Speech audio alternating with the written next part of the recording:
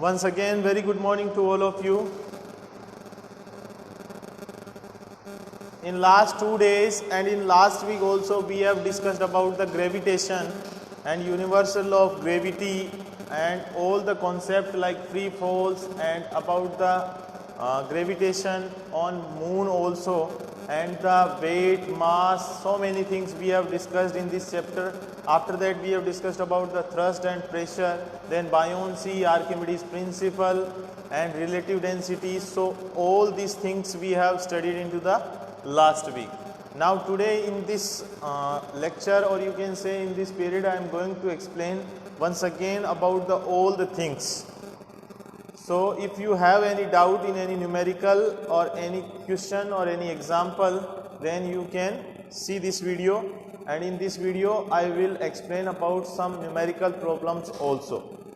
So first of all we need to go to start from the universal law of gravity.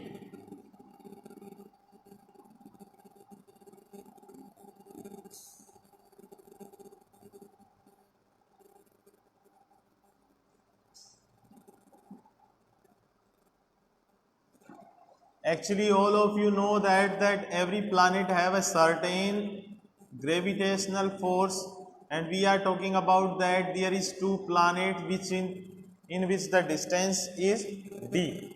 Okay, so all of you know that कि या तो ये इस पे force लगाएगा या ये इस पे फोर्स लगाएगा, दोनों के बीच में जो फोर्स लगता है उस फोर्स को अगर अपन कैलकुलेट करें तो वो फोर्स डायरेक्टली प्रोपोर्शनल होता है उनके मास के प्रोडक्शन के और उनके बीच की डिस्टेंस के स्क्वायर के। तो यहाँ से अपन ये कहेंगे कि F प्रोपोर्शनल होगा m into M upon D square, और यहाँ से अगर आप ये प्रोपोर्शनल का साइन हटाते हैं तो ये आ जाएगा G into M upon D square. ठीक है, तो इस तरीके से जो है वो आप ये चीज़ देख सकते हैं कि कभी भी कहीं भी अगर किसी भी दो प्लेनेट के ऊपर या फिर एक कोई भी अर्थ के ऊपर कोई भी ऑब्जेक्ट जो है उसके ऊपर अगर कहीं भी फोर्स लगता है तो उस फोर्स को अपन कैसे कैलकुलेट करते हैं, F equal to G into M upon D square. Okay, so simply you can calculate any force if it will be exerted on planet और any object by the earth. तो अगर अर्थ के ऊपर अगर फोर्स लग रहा है किसी भी ऑब्जेक्ट के ऊपर तो उसको हम ऐसे कैलकुलेट कर सकते हैं। ठीक है, अब इसमें जो बात आती है वो आती है सेकंड टॉपिक की, वो है फ्री फॉल। तो फ्री फॉल क्या होता है, एक्चुअल में जब भी कोई भी अर्थ के ऊपर ऑब्जेक्ट गिरता है, ठीक है, फ्रीली अगर कोई भी ऑब्जेक्ट है उसको अर्थ पे गिराया जाता है तो what is the thing which is responsible to keep और to get it on the earth surface. अगर कोई भी ऑब्जेक्ट है उसको फ्रीली अर्थ की सरफेस पे गिराया जाता है तो ऐसी क्या चीज़ जो है उसको अर्थ की सरफेस पे गिराने के लिए रेस्पॉन्सिबल होती है, तो वो होता है gravitational force. And what is the thing behind it, it is the gravitational acceleration. So gravitational acceleration always 9.8 metre पर second square, we have already calculated it. Now in some numerical problems if you find out the force which is working between two objects, अगर कोई भी दो object हैं उनके बीच में अगर कोई फोर्स लग रहा है तो उसको हम कैसे कैलकुलेट करते हैं, तो उसका एक एग्जांपल है यहाँ पे, mass of the earth is this and moon is this, if the distance between this then calculate the force exerted by the earth on the moon. आपको एक एग्जांपल दिया हुआ है, इसमें मास ऑफ अर्थ दे रखा है आपको, वो दे रखा है 6 इंटू 10⁻24 kg। ठीक है, और मास ऑफ मून जो है वो दे रखा है आपको 7.4 इंटू 10⁻22 kg।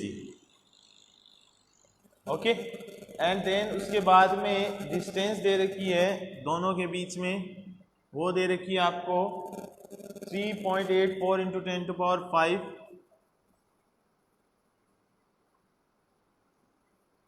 किलोमीटर। ओके, अब अगर हम बात करें कि यहाँ पे जो g की वैल्यू होती है वो फिक्स होती है हमेशा, तो आपको यही लेना है g की value 6.7 into 10 to power minus 11।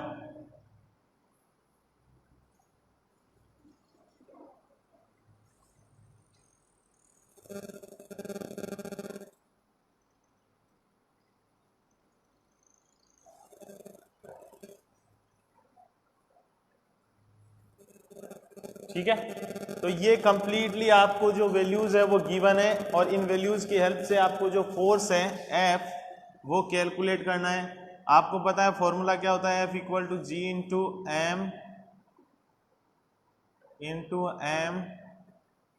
Upon में डी स्क्वायर। ठीक है, इसमें अगर हम सब वैल्यूज रखेंगे तो ये आएगी 6.67 इंटू 10 टू पावर माइनस 11, ये जी की वैल्यू हो गई। ये मास ऑफ अर्थ की वैल्यू रखोगे तो 6 इंटू 10 टू पावर 24 हो गई, इंटू 7.4 इंटू 10 टू पावर 22 हो गई, अपॉन में इसके जो है वो आपकी वैल्यू आ जाएगी डी स्क्वायर का मतलब 3.84 इंटू 10 टू पावर 5 इसका स्क्वायर। ठीक है, अब अगर आपको इसको सोल्व करना हो तो ये -11 जो है पावर ये इससे कैंसिल हो जाएगी, यहाँ ओनली 11 बचेगा। ठीक है, और यहाँ पे जब इसको सोल्व करोगे तो 3.84 इंटू 3.84 को अपन 2 बार लिख सकते हैं और पावर जो है वो कितनी हो जाएगी 3.84 इंटू 3.84 इंटू जो पावर है वो 10 की पावर कितनी हो जाएगी 10। अब ये 10 की पावर जो 10 है वो क्या होगी कैंसिल आउट होकर के इससे 11 से, तो यहाँ ओनली कितनी बचेगी 1। ठीक है, तो अब आपके पास में जो ऊपर बच गया, सॉरी नीचे जो बचेगा वो कितना बचेगा 6.67 into 6 into 10 to power 25 upon में 3.84 इंटू 3.84। ठीक है, अब अगर हम बात करें कि यहाँ पर आपको कैलकुलेशन करनी है, सोल्व करके इसको फाइंड आउट करना है, तो जो आपने इसमें किलोमीटर में लिया था उसको मीटर में अगर अपन कन्वर्ट करते हैं तो यहाँ पे जो पावर थी 3.84 इंटू 10 की पावर, ये जो 10 थी, ठीक है ना, इसमें क्या होगा 10 की पावर 6 जो है वो रह जाएगी मीटर में। ठीक है, तो अभी तक ये जो था यहाँ पे सपोज करो ये किलोमीटर में लिया था अपन ने और यहाँ पे ये क्या हो गया मीटर। ठीक है, इसको कंप्लीटली सोल्व करके अगर आप कैलकुलेट करोगे तो ये बचेगा 2.02 इंटू 10 टू पावर 20। ठीक है, और आगे इसमें जो ऐसा यूनिट है वो है कैपिटल एन।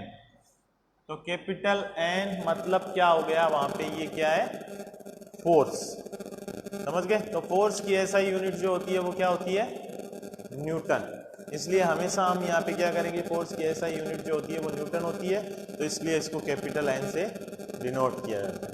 ठीक है, तो ये न्यूमेरिकल प्रॉब्लम है जिसके थ्रू जो है वो आप कोई भी दो ऑब्जेक्ट जो होते हैं या कोई भी दो प्लैनेट होते हैं उनके बीच में जो फोर्स एक्सर्ट होता है ड्यू टू ग्रेविटी उसको कैलकुलेट कर सकते हो। ठीक है, सेकंड थिंग, अगर अपन कैलकुलेट करना चाहें वैल्यू ऑफ जी तो वो 9.8 मीटर पर सेकंड स्क्वायर आती है।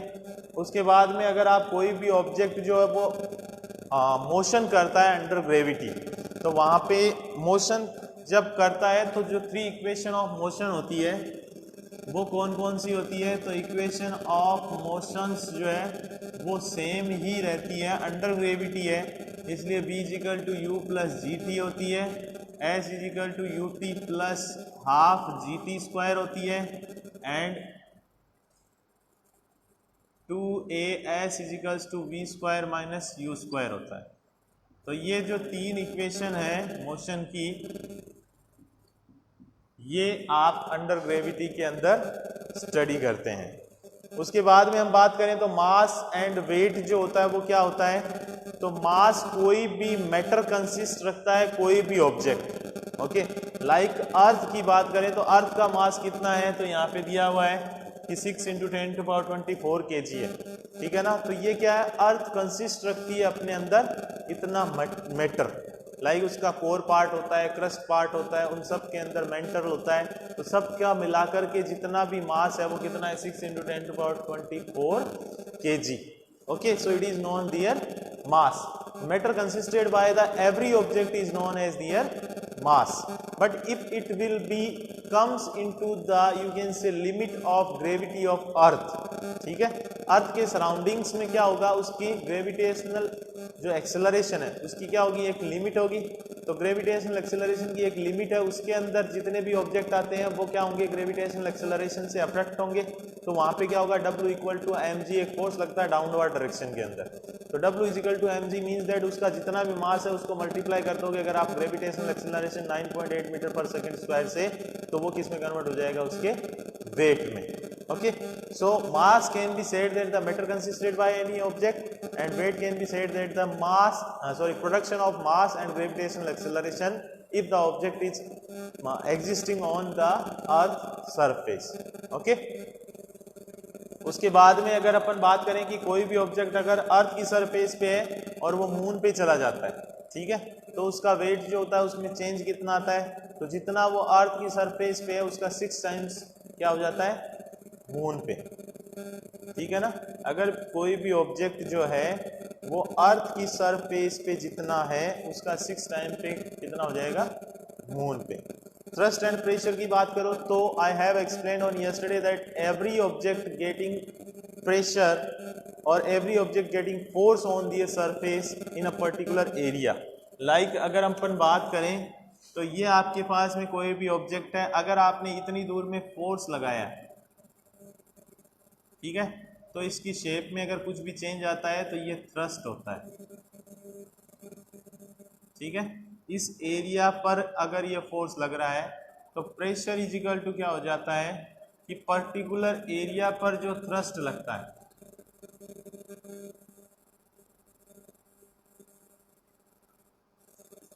ठीक है, पर्टिकुलर एरिया जो होता है उस पर अगर थ्रस्ट लगता है या फोर्स लगता है तो उसे हम क्या कहते हैं, प्रेशर।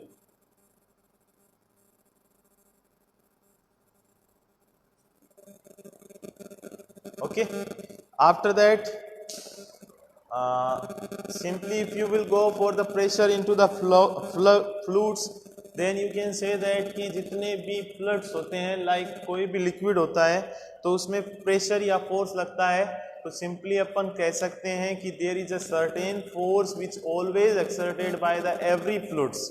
ओके, आप किसी भी पानी के अंदर भी अगर आप कोई भी ऑब्जेक्ट को डालते हैं, ठीक है, और फिर जब वापस निकालते हैं तो जब तक वो पानी के अंदर मूव करता है तब तक उसके ऊपर एक फोर्स लगता है अंदर की डायरेक्शन में।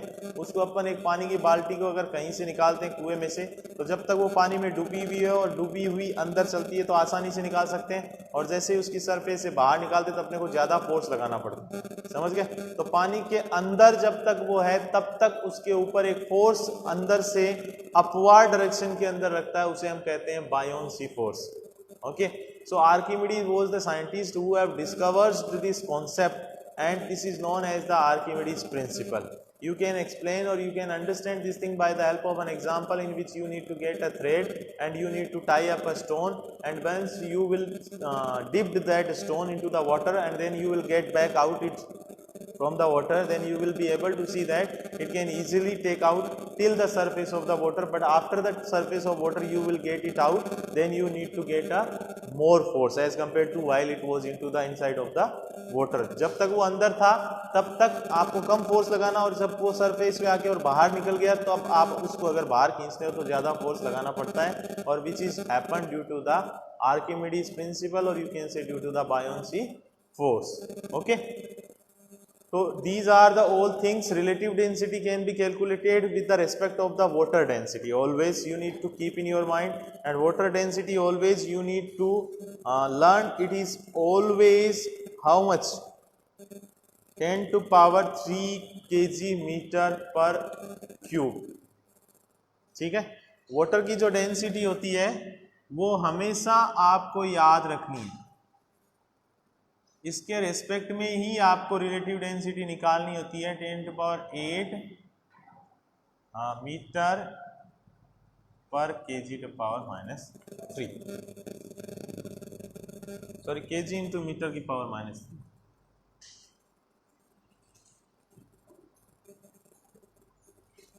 ओके, तो ये जो वाटर की डेंसिटी है इसको आपको याद रखना है। इसकी हेल्प से जो है वो आप रिलेटिव डेंसिटी फाइंड कर सकते हो। रिलेटिव डेंसिटी का फॉर्मूला होता है वो density of substance upon density of water होता है। तो डेंसिटी ऑफ सब्सटेंस जो है उसकी वैल्यू पुट करके और डेंसिटी ऑफ वाटर है उसकी वैल्यू पुट करके और आप रिलेटिव डेंसिटी है उसको कैलकुलेट कर सकते हैं। So the questions of this chapter and also the blueprint questions examples you need to study at home. Okay, एक वीक का मंडे टू वेडनेसडे तक का आपका पास टाइम है, उसमें इस चैप्टर को आप अच्छे से पढ़ो। उसके अलावा इसके न्यूमेरिकल्स, इसके एग्जांपल्स ये सॉल्व करो। If you get any doubt problem then you can ask.